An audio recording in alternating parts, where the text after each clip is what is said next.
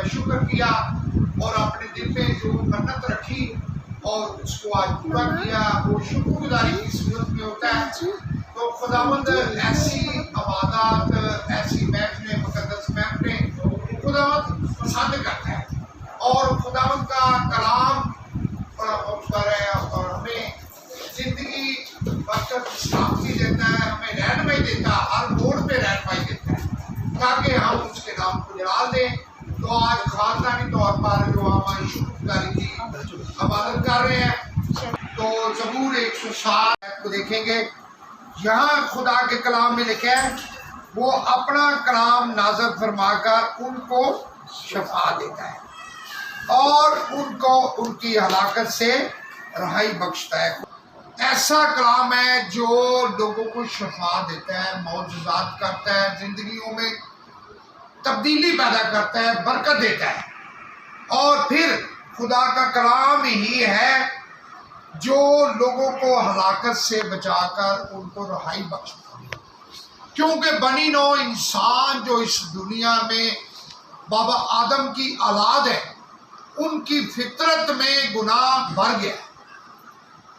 وہ گناہ کے مختلف طریقوں کو اپنی زندگیوں میں، لالچ اور بدیوں کو اپنی زندگی میں اپنا لیتے ہیں، اور یہ گناہ خدا کا کلام کہتا ہے گناہ کی جو مزدوری کیا ہے؟ موت ہے، ہلاکت ہے۔ اور اس سے خداوند ان لوگوں کو بچاتا ہے، زندگی بخشتا ہے جو اس پاک کلام کو اپنی زندگیوں میں رکھتے ہیں۔ اور یہ خدا کا کلام ایسا ہے جو لوگوں کو شفا دیتا ہے اور ان کی زندگیوں میں برکت بخشتا ہے۔ اور یہ خدا کے کلام میں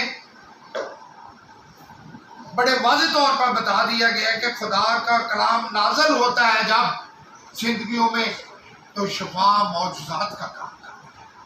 آج اس خاندان میں خدا نے اپنے رحم کو کیا اور سنی کو شفا، معجزات اور برکت اور تندرستی سے نوازا۔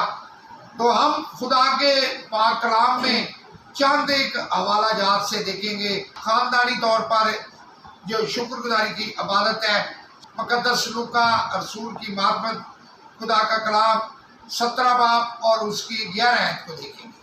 مقدس لوکا رسول کی معرفت خدا کا کلام 17 باب اور اس کی 11 آیت۔ یہاں 10 کوڑیوں کا ذکر کیا گیا ہے۔ کوڑ کی بیماری موت کی ایک علامت تھی۔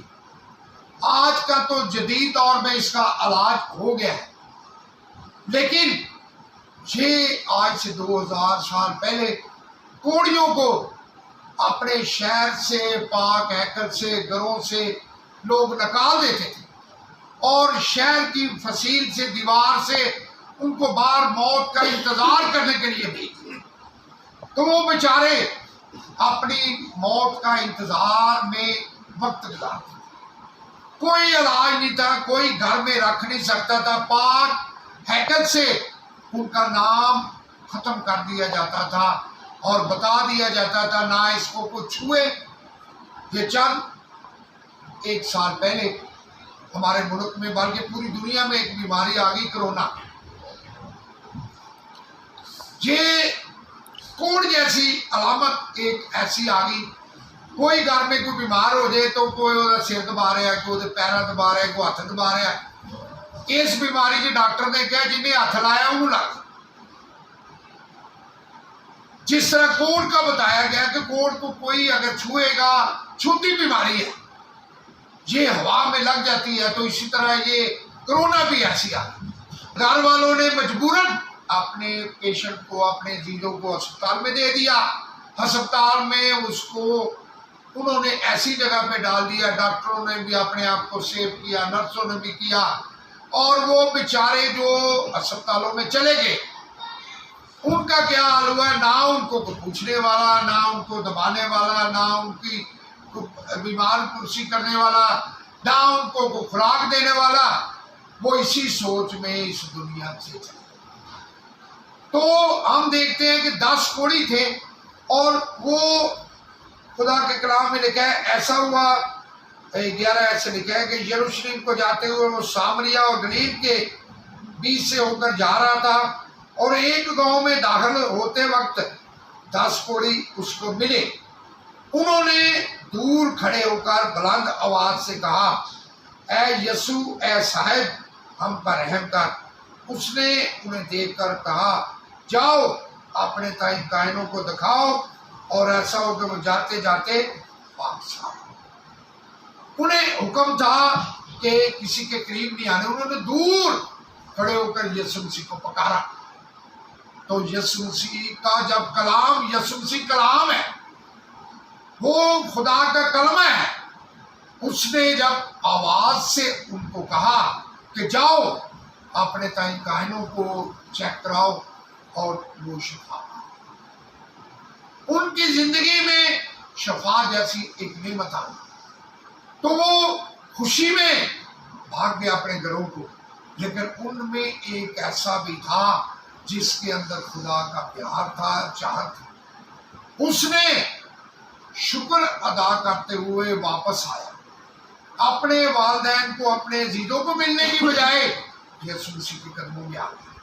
اور جب یسوع مسیح کے قدموں میں آ گیا تو اس نے شفا بھی پالی اور زندگی بھی پالی، ہلاکت سے بچ گیا۔ پھر ہم دیکھتے ہیں اسی طرح آگے بڑھتے ہوئے، جب لوگوں کو شفا ملتی ہے، لوگوں کی کچھ نہ کچھ منت رکھ لیتے ہیں، خداوند میرے مریض کو، مجھے، میرے عزیز کو، بیٹے کو، بیوی کو، بچی کو، مجھے کوئی اگر تو مجھے معجزہ دے دے، شفا دے دے، برکت دے دے، تو میں تیرا شکر ادا کروں۔ اور جب لوگ شکر گزاری کی ایک منت مان لیتے ہیں تو اس کے بعد ایک شکر گزاری ہو جاتی ہے۔ پھر خدا کا کلام ان لوگوں کے لیے بھی تربیت دیتا ہے۔ واعظ نبی کی معرفت خدا کا کلام 5 باب اور اس کی 4 آیت میں خدا کا کلام لوگوں کو ہر موڑ پہ تربیت دیتا ہے۔ یہاں لکھا ہے، جب تو خدا کے لیے منت مانے تو اس کو ادا کرنے میں دیر نہ کر، کیونکہ وہ احمقوں سے خوش نہیں ہے۔ تو اپنی منت کو پورا کر، تیرا منت نہ ماننا اس سے بہتر ہے کہ تو منت مانے اور ادا کرے۔ کچھ لوگ جذبات میں آگے بڑا کچھ کہتے ہیں، اے خدا میرے مریض میں تو شفا دے دے، کہ میں خدا تیرے واسطے دیگا دواں دا، او دواں دا۔ یہ اس طرح کی منتیں لوگ مان لیتے ہیں، لیکن ان منتوں کو پورا کرنے میں لوگ کچھ دیر کرتے ہیں، اور خداوند ایسے لوگوں کو پسند نہیں کرتے۔ خداوند کہتے ہیں کہ شکر گزاری، میرا شکر ہی کر دو تو میرے لیے یہی بہت ہے۔ اس دنیا میں دیکھیں، ہم کسی کے کوئی چیز لیں، کسی کی کوئی کام لیں تو اس کا شکر کرتے ہیں، تو جب شکر کرتے ہیں تو اس کے بعد ایک شکر گزاری کرتے ہیں۔ شکر گزاری خداوند کے حضور میں یہ بڑی اچھی عبادت ہے۔ آج جس طرح یہاں عبادت کی گئی ہے، سیموئیل نبی کی والدہ کو، اس کی اولاد نہیں تھی، اس نے خداوند کے حضور میں منت مانی کہ خداوند اگر تو مجھے اولاد نرینہ دے دے تو میں تیرا شکر ادا کروں گی، شکر گزاری کروں گی۔ اور لوگ کچھ مان لیتے ہیں اور مان کے اس کو پورا نہیں کرتے، لیکن اس کی خدا کی بندی نے اپنی منت کو بڑی شکر گزاری کے ساتھ، خدا نے اسے بیٹا دیا، اور اس نے جب بیٹے کو دودھ چڑھایا تو پاک ہیکل میں شکر گزاری کے ساتھ اس نے خداوند کے حضور میں اس کو پیش کیا۔ یسوع مسیح کو دیکھتے ہیں، اور پورا رسول کی معرفت خدا کا کلام اور اس کا 17 باب اور دیکھتے ہیں کہ یہاں یسوع مسیح کے ایک دولت مند کی اس مقدس ناظر کو دیکھتے ہیں کہ مقدس ناظر جو 4 دن کا مردہ تھا، اور وہ یسوع مسیح کو بڑا پیار کرتا تھا، اور یسوع مسیح اس خاندان سے بہت پیار کرتا تھا۔ جب یسوع مسیح اس کی قبر پہ گیا تو خدا کے خادم کے علاوہ کوئی بتا سکتا ہے کہ یسوع مسیح نے وہاں جا کے سب سے پہلے کیا کیا؟ ہاللویا، خدا کا شکر کیا۔ اس کی 43 آیت میں لکھا ہے کہ 42 اور مجھے تو معلوم تھا تو ہمیشہ میری سنتا ہے، بلکہ ان لوگوں کے باعث جو اس کے پاس کھڑے ہیں۔ دیکھتے ہیں یسوع مسیح بھی جب کوئی بھی معجزہ کرتا تھا تو خدا کا شکر ادا کہتا تھا، حالانکہ زمین و آسمان کا اختیار اسے دے دیا گیا تھا، لیکن اس کے باوجود بھی وہ خدا کا شکر ادا۔ اور ہم دیکھتے ہیں مقدس لوکا رسول میں یہاں مقدس لازر اور امیر آدمی کی کہانی وہاں لکھی ہوئی ہے، تو دیکھتے ہیں کہ وہاں کہ جب امیر آدمی بڑا اچھے طریقے سے کھاتا پیتا تھا، کھانا پینا اچھی بات ہے، لیکن مقدس لازر کی زندگی بہت دکھی تھی، بڑی تکلیف دی تھی، لیکن اس کے باوجود بھی وہ خداوند کے شکوہ نہیں کرتا تھا، بلکہ اس بڑی اچھے طریقے سے اپنی زندگی بسر کر رہا تھا۔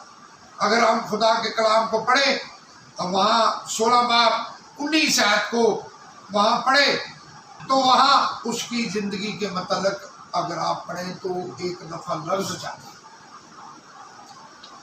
کہ اس کے خاندان نے امیر آدمی کے گھر کے باہر اسے چھوڑ دیا، وہ اس کے ٹکڑوں پر پلتا تھا، لیکن خدا کا کلام بتاتا ہے کہ اس کی زندگی میں کوئی شکوہ نہیں تھا۔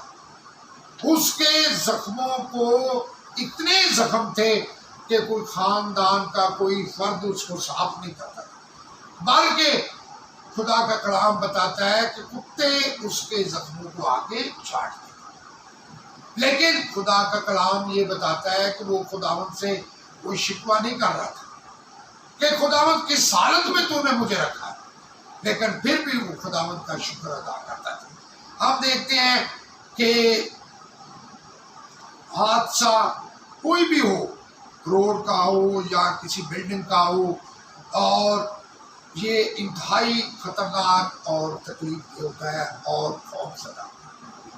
اور ہسپتال میں جب آپریشن تھیٹر کی ایک صورتحال ہوتی ہے تو میڈیکل لائن میں اس کو بتایا گیا ہے کہ یہ بندہ جو بھی ہوتا ہے جب آپریشن تھیٹر میں اسے لے کے جاتے ہیں نا تو وہ آدھا زمین کے اوپر ہوتا ہے اور آدھا آسمان کے نیچے، اتنا اسے بے ہوش کر دیا جاتا ہے، اس کی ساری ہوش ہر چیز ختم کر دی جاتی ہے، اور اس کا آپ دیکھیں نا اپنے جسم کے کسی حصے پر کوئی کٹ لگانے کی کوشش کرے تو آپ کو بڑی تکلیف ہوگی، لیکن انہوں نے ایسی صورت کر دی ہوتی ہے کہ کوئی نہیں پتہ چلتا، لیکن جو بھی اس ساری صورتحال سے نکل کر شفا پاتا ہے، برکت پاتا ہے، تو وہ یہ سارا خدا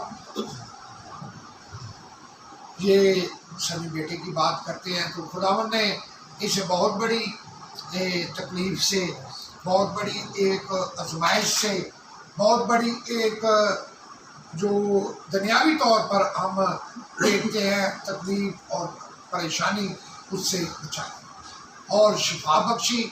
اور بھائی ایوب نے جو اپنے دل میں کھانی تھی، سوچا تھا، اس کو جب پورا کیا تو یہ بڑی اچھی بات ہے، اور یہی بات خداوند کو پسند ہے۔